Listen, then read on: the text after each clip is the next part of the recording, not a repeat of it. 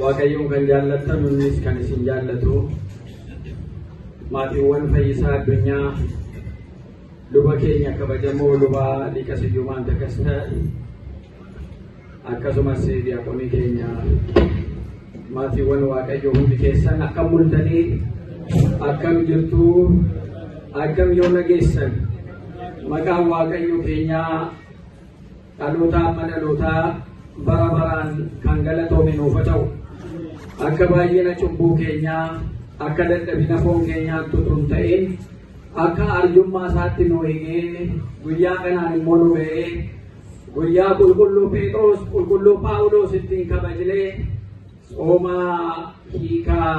sooma duukaa bu'ootaa isa hiikamu guyyaa irraatiin kan nu ga'e waaqa keenyaaf galanni isaaf haa ta'u eebba wareegamtoota kana Phexros Phaawulosiin hunduma keenya nu haa eebbisu. Egaa guyyaa har'aa wangeela Yohaannis boqonnaa 21 lakkoofsa 15 eegalee dubbifamee jira. Wangeela guyyaa har'aa akka dhageessanii mata dureen barumsa keenyaa guyyaa har'aas oolota koo eegii kan jedhudha. Oolota koo eegii inni kun qulqulluu Phexrosiidhaaf gooftaan keenya Yesuus Kiristoos kan kenneef adaraa kan itti kennedha. Waa'ee uummata kanaa waa'ee maatii kiristaanotaa kanaa akkamitti eegamuu akka qabanu gooftaan keenya Yesuus Kiristoos duuka bu'oota 15 maatii kiristaanaa 120 jiranuu Phexrosiidhaaf guyyaa kana akkaataan itti kennee dubbisnaa jechuudha. Sababni isaa Phexrosiidhaaf immoo kan kenname amantii cimaa ati bu'uuraa hin sochoone kattaa hin sochoone ittiin jedhee takattaa kanarratti mana qulqullummaa kootii nan ijaaraa humni seexanaa humni diiyaabiloos raasee guffisuu hin danda'u gatii jedheef Maatiyos boqonnaa 16 lakkoofsa 16 irratti kan ammoo sababni jedhameef namoonni ilma namaatiin maal jedhu eenyu jedhu jedhee gaafatee booda namni waan baay'ee jedha isinoo maal jettu jennaan ati Kiristoos isa Waaqayyo ilma Waaqayyoo jiraataatii ittiin jedhee dhugaa baanaan kanaafuu furtuu mootummaa Waaqayyoo siifan kennaa jedheen Phexrosidha. Phexrosi Phaawulos akkaataan waamicha isaanii garagari kaayyoon ittiin tajaajilan garuu mootummaa Waaqayyooti. Kaayyoo tokko waamicha garagaraatiin gara kaayyoo tokkotti namoota dhufaniira jechuudha. Phexros wangeela Maatiyos boqonnaa 4 lakkoofsa 18 amma 20 irratti qurxummii qabduu ture. Hojii isaanii duraanii utuu waamamin dura qurxummii nama qabaa ture. Kiyyoodhaan qurxummii bishaan keessaa baasee nama qabaa ture akka ta'e argina jechuudha. Phaawulositti immoo ala deebinu qulqulluun Phaawulos kiristaanota faana bu'ee hidhuu faana bu'ee adamsee qabu mana jarri walitti qabaman kan gubu nama turedha jechuudha. Phaawulos immoo kiristaanaa kana adamsaa ture jechuudha. Kiristaanaa balleessuudhaaf inaaffii Waaqayyoo isa qabee seera Musee sanaan egaa isa baratee jira. Waan an baradhe halatti barumsa kan biraa dhufee jedheetu namoota maqaa Kiristoosiitiin walitti qabanu kiristaanota adamsaa ture jechuudha. Gati kana utuu adamsaa jiru qulqulluun Phaawulos hojii duuka bu'ootaa boqonnaa 8 lakkoofsa 3 kaastanii yoo dubbistan akkasumas immoo boqonnaa 9 lakkoofsa 1 kaastanii waa'ee Phaawulos yoo dubbistan gara biyya Damaasqoo jedhamtu utuu kiristaanaa adamsuudhaaf jiraangoo qabanurraa xalayaa qabatee utuu deemaa jiru karaa isaa irratti Yesuus Kiristoos itti mul'ate humna isaatiin lafatti kuffise. Ija isaa isa foonii sana beekumsa isaa isa foonii sana jalaa jaamse. Gaafa kufee jedhu sagalee tokko immoo dhaga'e. Saa'ol Saa'ol maana na adamsitaa jedhee maana faana buuta maana ari'atta jedheen sagaleen tokko gubbaarraa dhufee Saa'ol Phaawulosin usun jedhamin dura maqaan isaa Saa'ol jedhamaa ture. Yeroo kana ankanan si adamsu, ankanan si ari'u, ati eenyuutti jedhe sagalee sanaan. Ani isumati na adamsaa jirtu Yesuusin aati jedhe. Yaa gooftaa koo jedhe anuma sana amane. Yaa gooftaa koo maal ajajamu maal godhu ree jedhe hin booji'ame jechuudha anuma sana. Iji isaanii foonii hin jaame arguu dadhabe. Waan gochuu qabdu Simoon kan jedhamu jiraate inni sitti agarsiisaati gara isaatti deemii jedhe. Namoonni naannoo isaa jiran sagalee sana dhaga'anii na'anii hirrifatani. Nama ija jaamaa kana iji isaa jaame kana qabanii gara inni barbaade geessaniini. Iji foonii beekumsi foonii inni ittiin kiristinnaa adamsu kiristiyaanota balleessuudhaaf deemu sun jalaa jaamee dukkanaa'ee dadhabee kanaan booda nama haaraa ta'ee kan Kiristoosiidhaaf morma isaa kennee amma du'aatti amanamu ta'ee jechuudha. Maqaan Waaqayyoo haa ulfaatu. Gara isaatti booji'atee deebisee jechuudha. Kiristiyaanota duukaa nu duukaa Waaqni akka jiru kanatti amanna jechuudha. Inni nu wajjin hin jiru Waaqayyo keenya cimaa akka ta'e kanatti amannaa jechuudha. Asirra dhufnu Waaqayyo ergamoota isaatii hunda keenya akka eegu naannoo keenya buufachiisee akka nu eegaa jiru amannaa jechuudha. Kanaan booda qulqulluun Phaawulos illee wareegama guddaa wangeela Kiristoos dabarsuudhaaf, babal'isuudhaaf, barsiisuudhaaf waan guddaa kaffalee akka jiru seenaa isaa seenaa qulqulluu Phaawulos keessatti illee arganna. Amma dhumaatti akkamitti akka inni cime akka inni qormaata foonii kana akkaataan ittiin qormaata sana keessa darbe gara kanaan arganna hubanna jechuudha.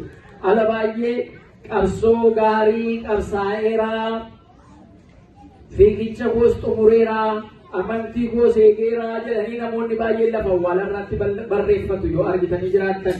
Inni kun qulqulluu Phaawulos ergaa gara Xiimotewos ergeessa lammaffaa boqonnaa 4 lakkoofsa 7 irratti isa jirudha.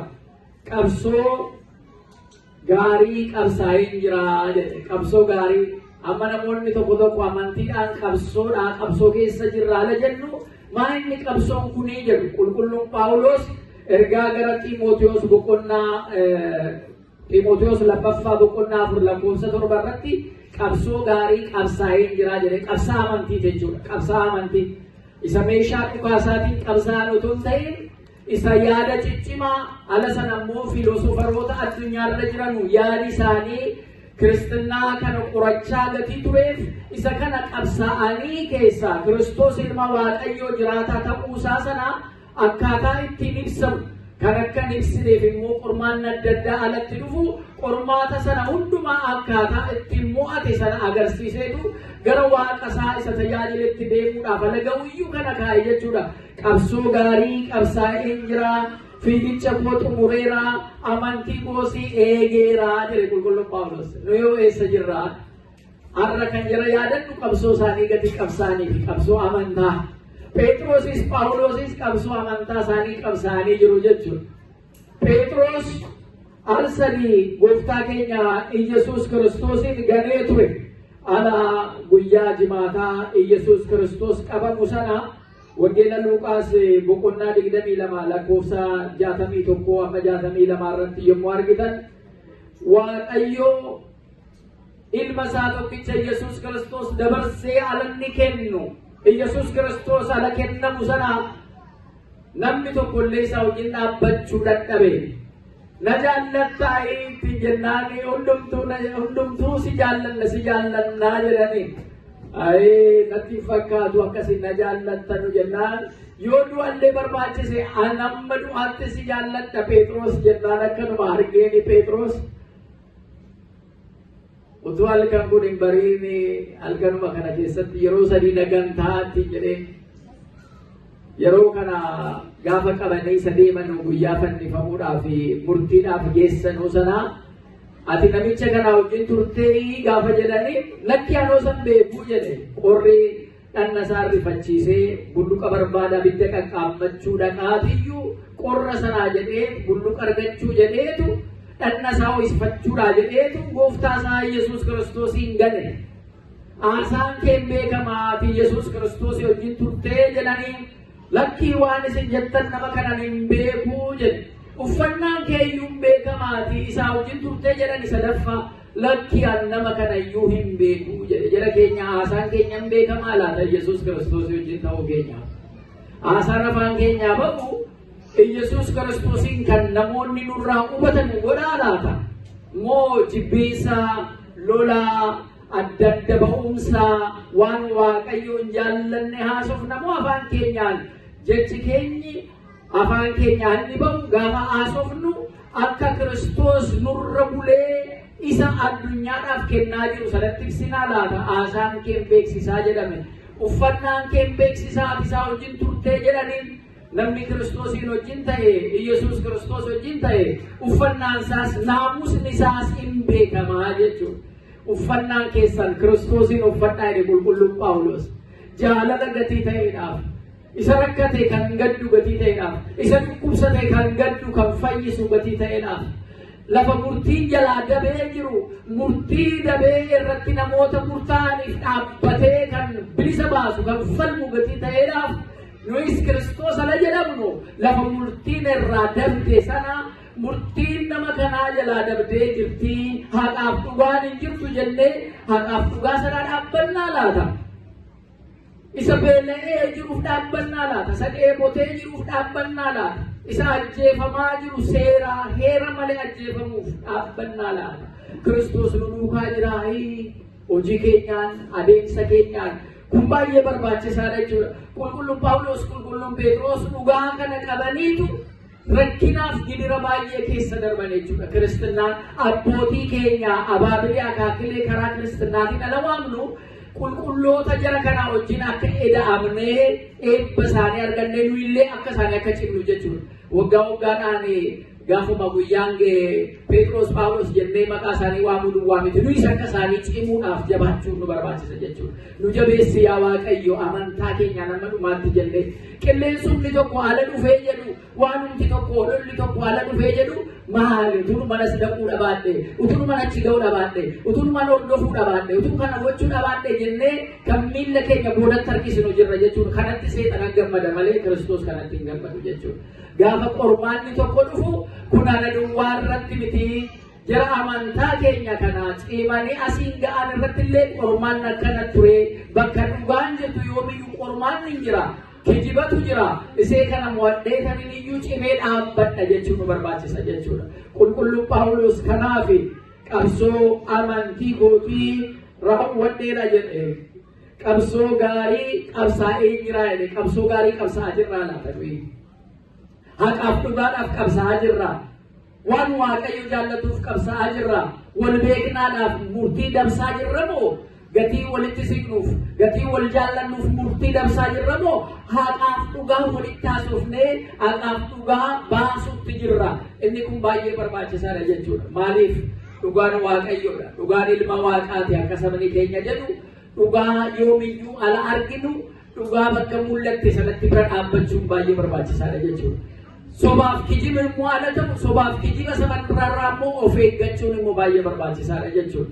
Gatii kanaatiif Phexrosii Phaawulos qulqulloota gatii ta'aniif karaa adda addaatiin illee waamaman malee kaayyoo isaanii fi galmi isaanii hojii tokko ture jechuudha. Galma tokkoof hojjetu turani jechuudha. Mootummaa Waaqayyoodhaaf namoota qalbii jijjiirrannatti waamuudhaaf. Gatii kana ala jira dhageenyu nu illee qalbii keenya jijjiirrannee amma dhumaatti qormaata amantaa keenyaan nutti dhufu jabaannee keessa ba'uutu nu barbaachisa. Egaa kan Phexros kan Phaawulos seenaa isaanii utuu baasnee seenessinee baay'ee baay'ataa eebbi isaanii hunda keenyarra bulee haa jiraatu. Kanaa ol akka hin deemne isaatiin nu daangessaa. Akka Phaawulos akka Phexros amantii keenyaan cimnee mootummaa isaadhaallee akka jiraannu Waaqayyo nu haa gargaaru. Eebba isaaniitiinis hunda keenya nu haa eebbisu.